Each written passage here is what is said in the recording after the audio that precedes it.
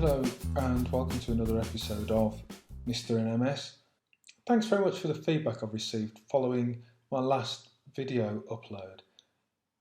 I've made some amendments and now I've purchased a new microphone, so hopefully that should make your ability to hear me better than last time.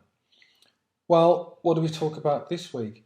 I think probably the first thing is an update on my health. Well, I'm feeling better, certainly this week, than I have in the past. I have been struggling with the side effects of Aubagio, which I'm now taking, but I think they're starting to calm down a little bit because you have to have your blood taken every 2 weeks just to see that you aren't losing or depleting your white blood cells, or if there are any other problems with the medication. I have been told that I have a problem with my blood which need to be referred to see my general practitioner. I've now been diagnosed as having a overactive thyroid, and that may well have contributed to some of the problems I've been having, particularly around sleep, mood,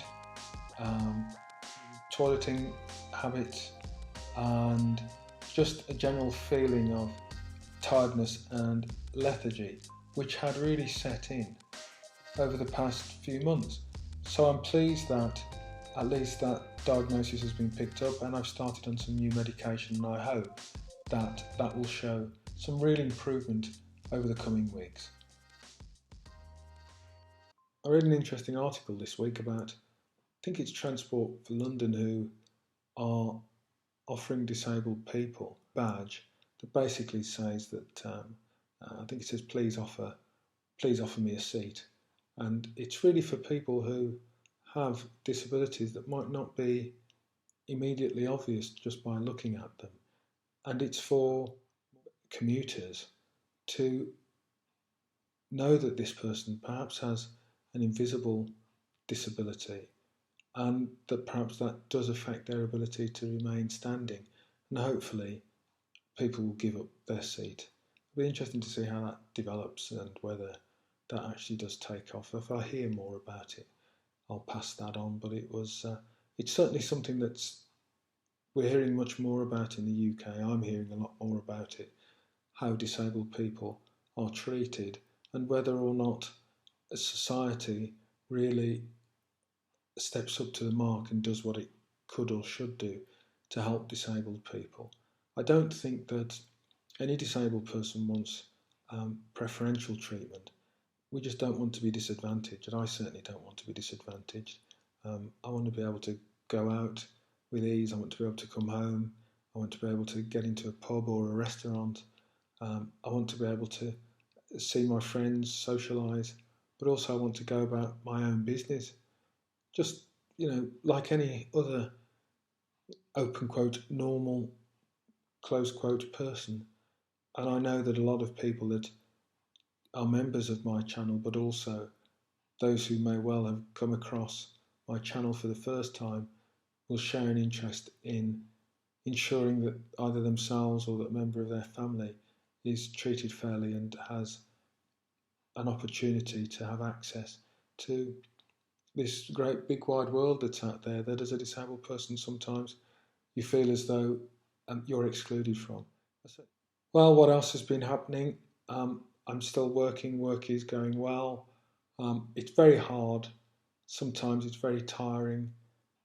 It's very difficult, not just to keep going, but also to balance between managing your condition and also feeling as though you're able to do things that keep you on an even keel, make you feel as though you're contributing.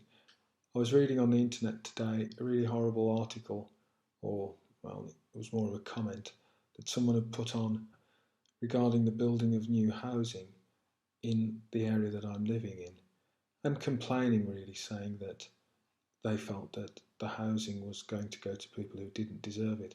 And they specifically mentioned disabled people and used the phrase, those who don't contribute anything to the coffers.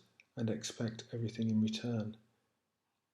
I was horrified to read that, but I think it's a real indicator. It shines a light on often the thinking of some people. When they look at you as a disabled person, they think that you're a money grabber, that you're lazy, that, what benefit do you contribute to society?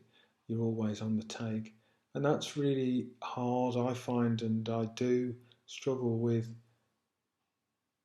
trying to get people to see me for who I am. I don't just work because I'm frightened of not contributing. I work because I have children, I have responsibilities, and I enjoy working. What I find sad is when you read articles like that from trolls, people who are able to just put up comments but don't put up their name or their address or how to contact them by return. They speak very hatefully about disadvantaged or disabled groups, and they think that they can just get away with saying it and it's perfectly fine because those are, I suppose, the views that they hold dear to their heart. I read a really sad story about an MS nurse who's quit her job. I think she works in Lanarkshire, which is in Scotland, in the United Kingdom. She's effectively resigned because she says she can't handle the caseload that she's been given, which is in excess of 1,200 patients. It's mind-boggling. If you think 1,200 patients, there are 365 days in a year. You don't work 365 days. You've got to take time off for holidays. You only work 5 days a week. There are probably only something like, 200 plus days that you've got available to see patients. And if you've got 200 days to see patients, maybe 220 days, how on earth are you supposed to deal with a caseload of 1,400 or 1,200 people when you only work 200 days in the year? That's just ridiculous. You can do the maths. It's sad that I think in the UK, the National Health Services, it's been slowly degraded. It's a real irritation. I've never been so much required to go to hospital as I have done in the previous 10 years since I've been diagnosed. But the one thing that I am amazed by is the dedication of the people who I come into contact with, working in a really hard environment, and it's difficult, and they've got, targets to achieve, performance management, QOF reports, all these other nonsense that, the senior management push down onto them. What seems to come very low in all of that is the bit about patient care. I just hope that in the future years that people will actually get this level of service that they should feel they're entitled to. It's been great talking to you, and I hope you enjoyed listening to me. Speak to you soon. All the best. Goodbye.